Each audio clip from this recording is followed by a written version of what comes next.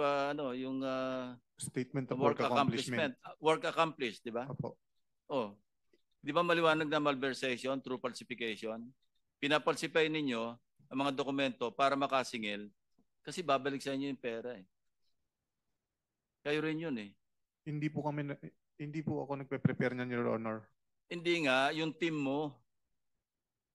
Pero para ma-release, kailangan pumirma kayong dalawa ng DE eh. Hindi ka ako nagpe-prepare kasi team nga kayo eh. Bahala na kayo dyan eh. Bahala na yung accountant, bahala na yung inspector, bahala na lahat.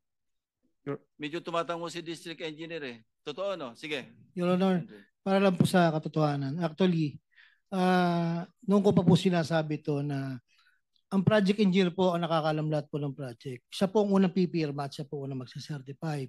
If I may po, baka po uubra, kasi laging ako na lang po ang tinuturo rito eh. Alam ko lang po dahil ako ang boss. Pero sana po sa katotohanan, ito po, siya po ang project engineer ng PL, siya po ang project engineer ng ibang project ni Sims. After po niyan, ito po, sinita ko po ito eh. Bakit nangyari yan eh? So baka po pwede, mabigyan po natin ng pagkakataon para naman po sa magiging fair dito na kada po kasi tatanungin, utos ko. Baka po pagpatay kay Rizal, ako na rin po nag-utos na to later. With due respect po to Chairman, ako po, sinabi ko po sa maraming tao ko, ako po involved sa Ghost. Hindi bali pong makulong kami magkakasama. Pero hindi po ako part ng Ghost na to. Ito po ang project engineer, pwede pong, if you may. Si Dumasig, di ba? Siya po nakakaalam po lahat. Maupo ka nga dyan sa harap, Ray Dumasig. Kasama ka rin sa BGC, di ba? BGC Boys. Part ka rin. Malakas ka rin magsugal. Sipin nyo, sinusugal nyo yung bira kayo. Sige, Dumasig. Ray. Hello po. Yun po. Ako po yung na-assign na project engineer po dito sa... Ako po yung dinesignate ni Engineer JP po na maging project engineer sa PL po tsaka sa Perez. So, nung na-designate na po sa akin to, ang sabi po kagad nila, sila na daw po ang bahala. Wag ko na daw po pakialaman. So, yun po. Bali, ito po nangyayari po nung ano pa lang, nung project inspector pa lang po ako. Ang project engineer po noon at that time, si Engineer JP, si Engineer Paul, tas ang happy po namin si Engineer Bryce. So ako po bilang project inspector po noong time na yon, sumusunod lang po ako sa utos nila na wag ko na daw po pakialaman yung project. Hindi lang naman po yun yung hawak kong project. So pirma ka lang na ng pirma, wag mo nang pakialaman, pipirma ka na lang. Actually po, nung project inspector po, wala pa naman po akong pinipirmahan at that time, more on site visit lang. So ganun po yung nagiging sistema nung mga panahon na yon. Sinasabi po nila, wag ko daw po ipaalam. Okay. Cut to the chase, ano? Okay po. Sino mas mukhang mastermind sa kanilang dalawa? Si Bryce o si Engineer Alcantara? Si Bryce po, sa Ghost Project po. Basta Ghost, siya nakakaalam. Opo. Sila pong dalawa ni Engineer JP. Actually, So alam mo rin yung consequence ng napasukan mo kasi signatory ka. Ngayon pong nalaman ko po yung na hindi po pala nila ginawa yung mga project. Yun nga ang masama eh. Alam nyo, hiniram nyo lisensya. Talagang medyo maiyak talaga yun kasi siya mananagot talaga, lisensya niya eh. Pero wala siyang kamalay-malay kung paano nyo ginawa o hindi ginawa yung project. Kaya ang pakiusap niya, habulin nyo na gawin sana pero hindi naaabot eh. Paano pa nga aabot?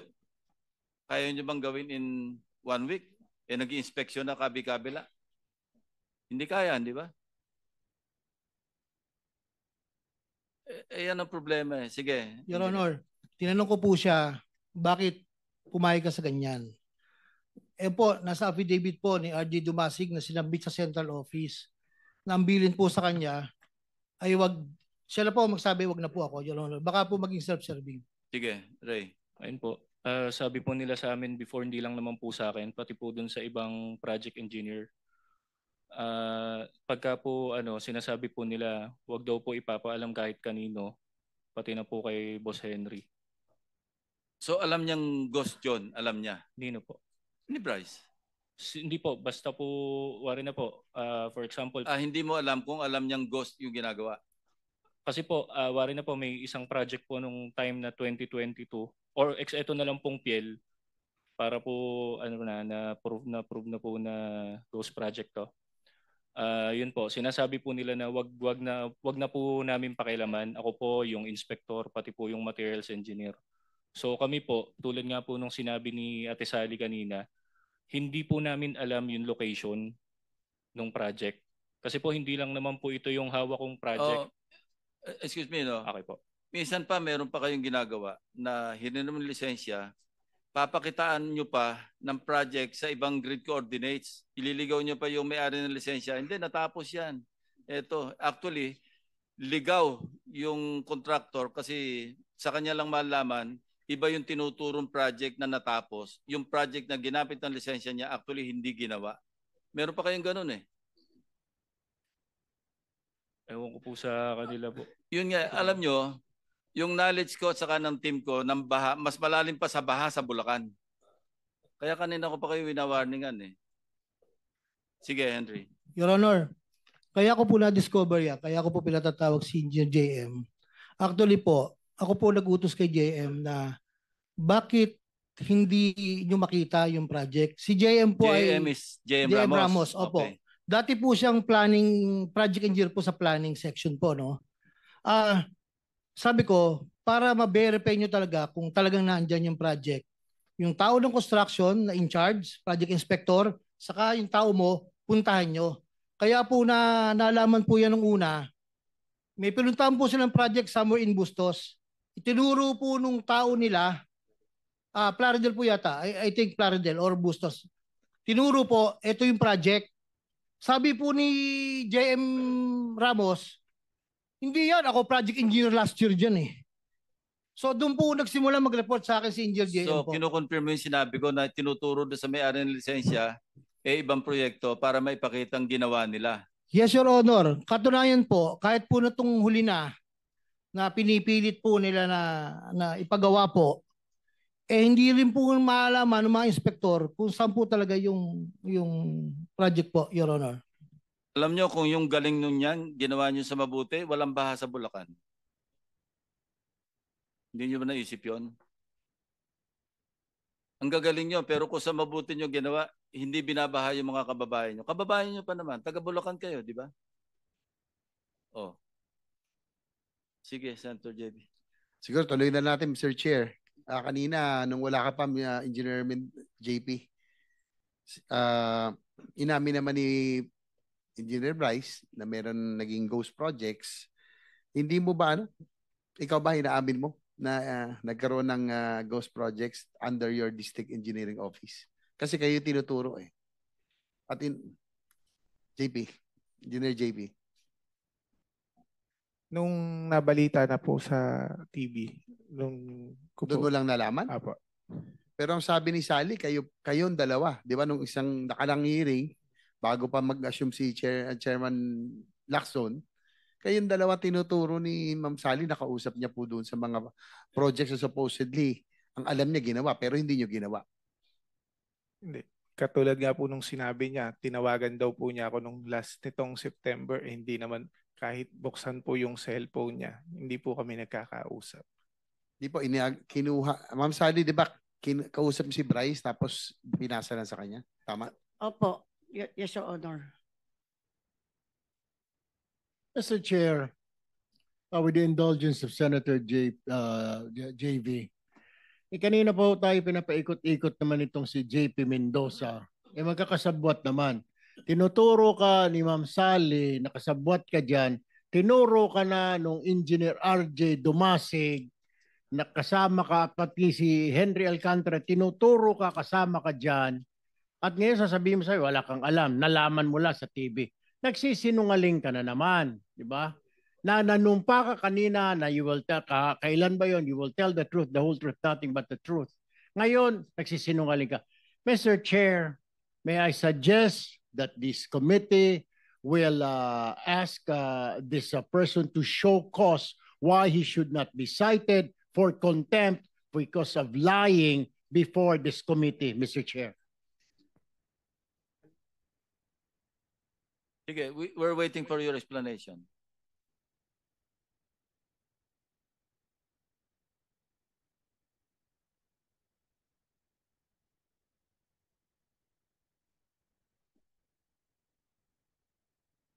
Sir, gaya nga po nung sinabi ni Engineer Bryce kanina, ito po kasi yung tinatawag na in-house in-house contracting. contractor.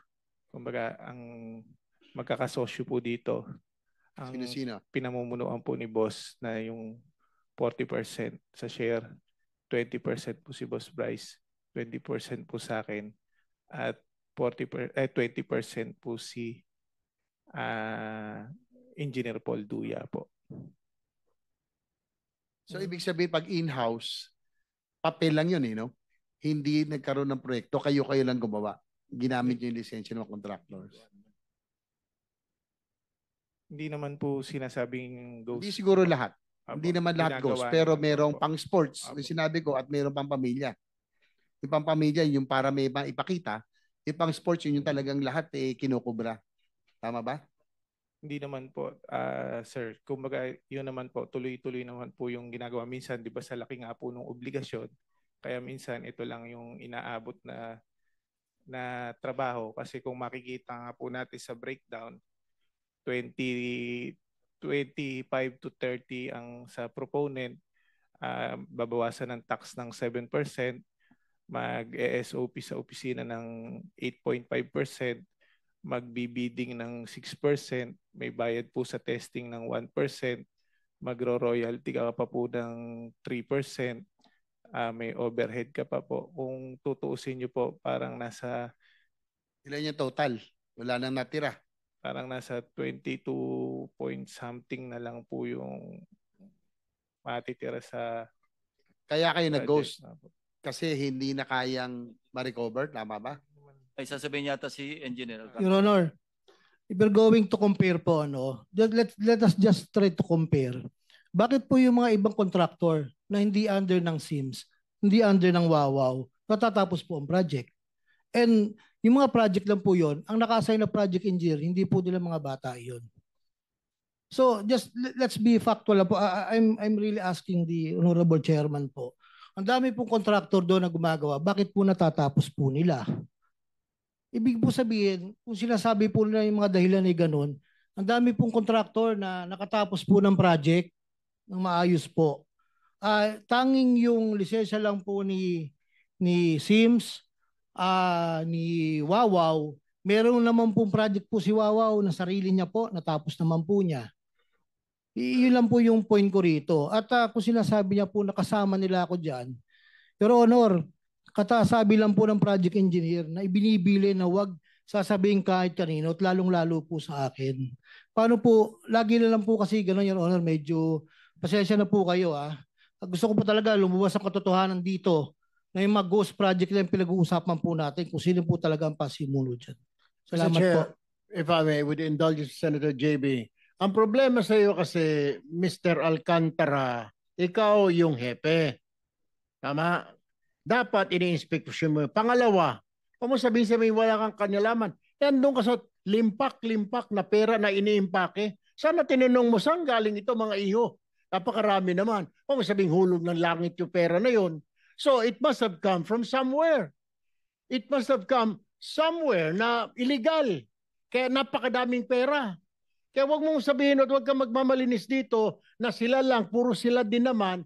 Well, man, ikaw yung hepe. Dapat doon pa lang kagad nakita mo na napakaraming pera. You would have stopped them. At maging itong si Dumasig, wag ka magpa-santo-santo yung mukha dyan. Ano ka, tanga? Engineer ka?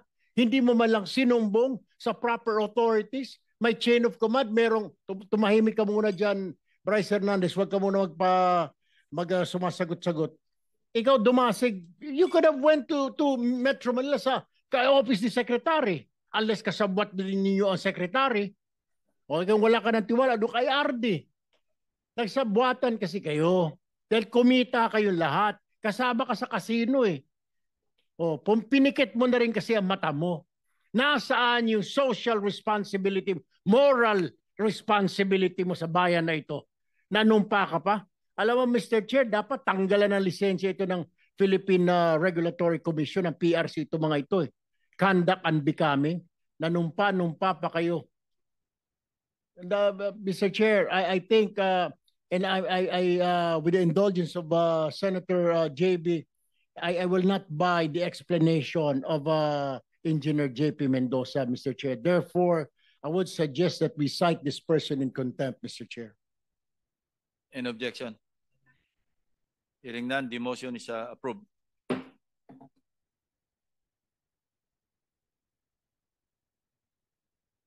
Go ahead, Bryce.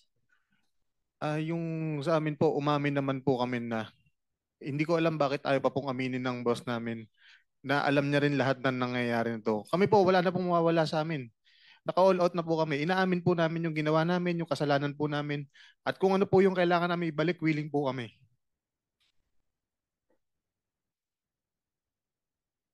Hindi nyo pa sinasabi kung sino yung lahat yung mga proponents, sino yung pass-through, sino eh. Kulang pa yung inyong salaysay eh. Your Honor, sabi ko nga po, wala pa lang po akong hawak na matibay na ebidensya para makapagturo po. Ayoko pong magturo ng dahil gusto ko lang. So, piles of cash, naka-party-party na, wala ka man lang malay. Isa lang yung sinabi mo o may pinagtatakpan ka ba o ano? Wala pong pinagtatakpan, Your Honor. Bali doon po kasi sa pile of cash na Yeah, okay. Si magkakaiwalay. Engineer Alcantara, hindi mo na rin maitatatwa, maitatanggi kasi nasa harapan mo yung piles of cash. More or less, alam mo rin kung paano yung, kasi ikaw ang district engineer eh. At ikaw rin tinuturo, nakausap kung sino-sinong tao. Kanino para sa proponent, kanino para kay, may mayor pa nga nababanggit eh.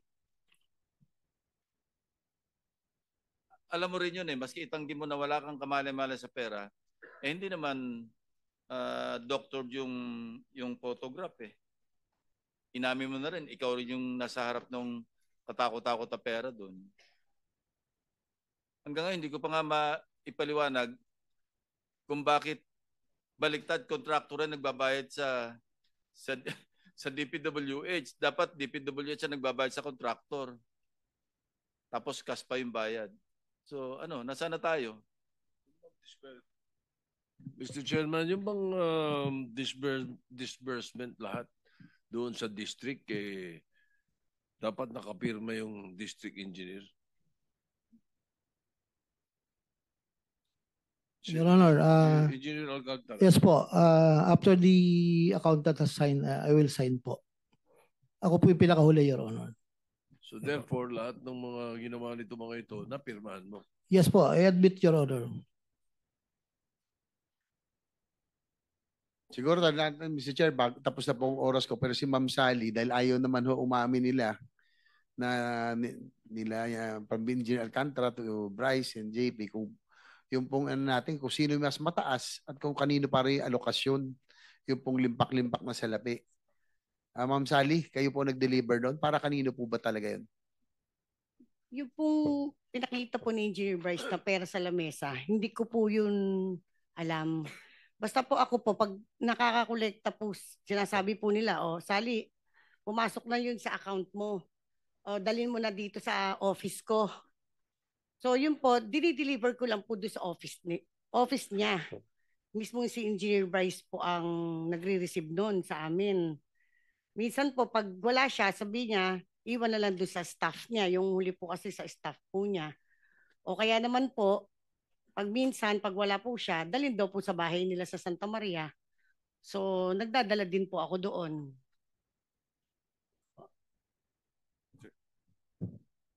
Anyway, back and forth ito, pero isa lang maliwanag, talagang may kalokohan. So, anyway, okay na? Senator Pangilinan is recognized.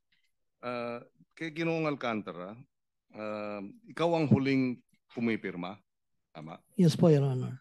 Bago ma-release yung pondo? Or Yes po. May tinatanggap ka bago ka pumirma? Wala po, sir. Yung po kasing LDAP na dokumento, dumadating lang po sa office ko yun. Marami po yun, Your Honor. Basta po nakapirma yung accountant, it means na okay na po yun. Pinipirmahan ko na po.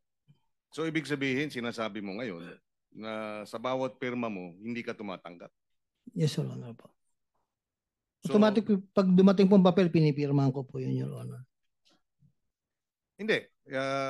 Basta Hindi ibig sabihin dun sa pagpirma mo wala kang walang ibinibigay sa iyo. Pero ikaw ay pipirma nung final anong tawag doon? LDAP po, LDAP. LDAP Yes po, Your Honor. na walang kapalit. Wala naman po, Your Honor. Saan galing yung pinagsusugal mo? Kung walang kapalit yun. Your Honor, ako naman po ay matagal nang nagtatrabaho. May ipon naman po ako. At nakadeklara po sa alin ko, may restaurant naman po ako at may hanap buhay naman po. Huwag ka nang pumunta sa salin, lalo ka madidiin. Hindi po, opo. Hindi sabihin Kasi po, ang, yung ang restaurant Casto lang po. chips, ang Casto chips mo nga 1.4 billion, 1.428 billion to be exact over a period of 3 years. Your Honor, kung Ang papayagan salin mo 150 million, kung 150,000. papayagan niyo po kung doon sa chips po na sinasabi niyo po. Actually, Official record yun. Opo. Huwag ka na makipagtalo dun. hindi po, hindi po. Ang ano ko lang po, Your Honor, kasi po yung card na ginagamit po sa casino, hindi naman po namin hawak po yon. Pag po nagpapalit kung kani-kanino, minsan po kung sino po ang magamit, katulad din po nung sa iba, nagagamit po yung card. Yun lang po, Your Honor. Wala naman po akong question po dun sa presentation niya. Salamat po. Huwag mo na magitin yung salin kasi malayo. Lalo ka pa madidiin, engineer. Huwag na. So tama ba yun, Engineer Bryce? Wala siyang tinatanggap sa mga pinipirmahan niya? Hindi po, Your Honor. O ano sistema ng bigayan? Sa opisina po, yung bukod pa po tayo, yung obligasyon pa lang po sa opisina na 8.5% pagka ibinabalik po ng kasing ilang contractor, meron na kagad siyang 3.5 to 4% po doon. Then yung the rest po na 4.5%, 4 to 4.5%, yun po yung ibibigay naman po sa akin, sa hepe. The rest na po nang nasa opisina. Pag sinasabing ibinibigay, ano yan? Cash? Cash po, nakasobre po. Tapos, sinong tumatanggap para kay Mr. Alcantara? Bali, binibigay po ito yung 8.5% pag binibigay po dun sa accountant namin, din yung accountant po namin ng nagbibigay separately kung kani-kanino Sino po. yung accountant? Pangalan?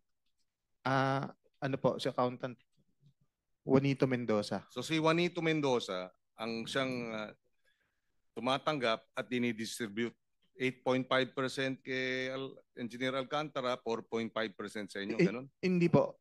Total po yung 8.5%. Okay. Yung 4% po doon kay Boss Henry. Tapos Okay. So si Juanito Mendoza, ano? Juanito Mendoza po. Mendoza rin? Kamag-anak ba ni... Hindi po sila magkamag-anak. Okay. Siya ang tumatanggap at siya Opo. ang nagdi-distribute sa loob ng envelope kay Alcantara sa inyo. Opo. Sa inyong lahat, ganun? Opo. So Mr. Chairman, patawag din natin si Mr. Juanito Mendoza. Opo. Your Honor, may I add po? Kasi po meron po kasing instruction si Boss Henry sa accountant po namin. May instruction po si Boss Henry sa accountant namin na pakolektahin kahit walang papel, to follow na lang. Kaya kung makikita nyo po, napakarami pong backlog sa opisina namin. Basta ang instruction po ni Boss Henry, pag sinabi kong pakolektahin yan, pakolektahin, to follow na lang lahat ng papel. Kaya puro backlog po sa office namin. Mr. Chairman, according to your secretariat, the secretariat, naimbitahan na si Mr. Juanito Mendoza pero hindi humarap. So baka pwedeng isabina na. Mr. President, with the approval of the Senate President. Bagong bypass lang po, Your Honor. Si Juanito Mendoza po. Last week po siya na bypass. For the information lang po, Your Honor. Okay. Noted. Thank you, Mr. Chairman. Yes, go ahead. Go ahead. Thank you. The Senate President. We can't help but ask the questions from some members of the public. Totoo bang niregaluhan mo, Engineer Hernandez, si Engineer Alcantara ng GM truck? Humingi po siya. Humingi po. Doon po sa may project namin doon po sa may sharing namin ng project na 40, sa kanya 20, at saka isa pong 20. Doon po ibinawas yung pambili po nung GMC. Kano bili mo? Parang ano po, nasa mahigit po sa 10 million. Your Honor. At sa dealer mo binili. Dito po sa may sa White Plains po. Doon po malapit Your Honor. Bandang sa may Katipunan po. Alright. Hindi kaya itago no? Yung mga ganun. Nakita nyo. Hindi maitatago Okay. Ano nangyari dun sa August 3 confrontation nyo? Pinatawag po kami ni boss. Meron po akong sinulat. Okay lang po basahin ko na po.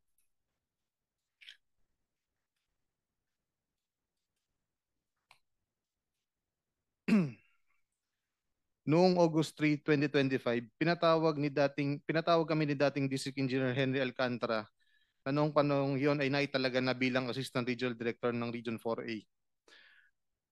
Ang buong opisina upang pag-usapan ng issue ng flood control projects sa aming distrito.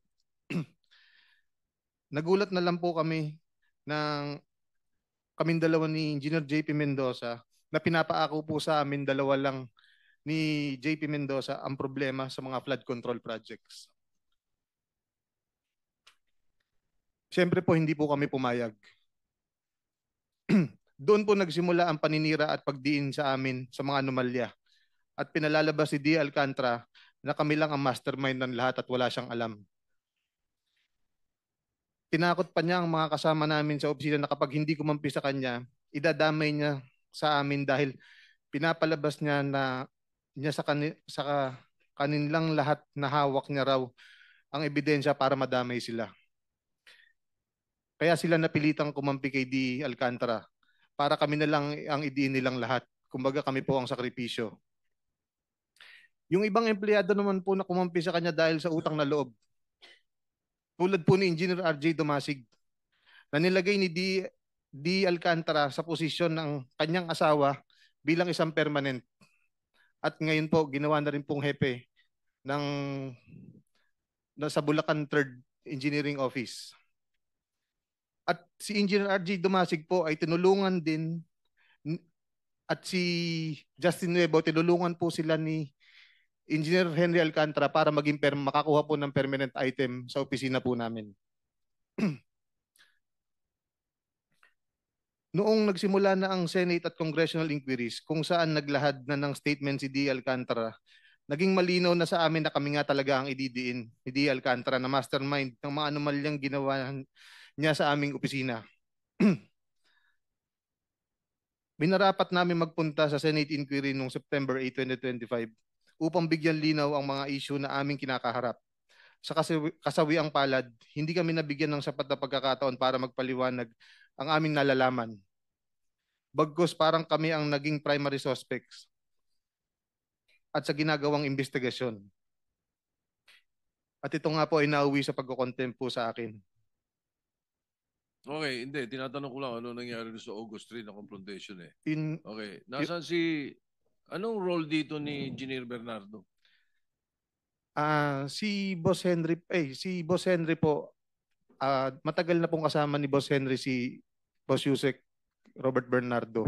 Yusek. Opo. At base po sa sinabi ni Boss Henry sa akin, si Yusek Robert Bernardo po ang nagmamanipulate na ibang senatorial funds po na bumababa sa aming opisina. Nasaan si Yusek Bernardo? Wala po akong idea, Your Honor. Engineer Alcantara, you were raising your hand. Go ahead.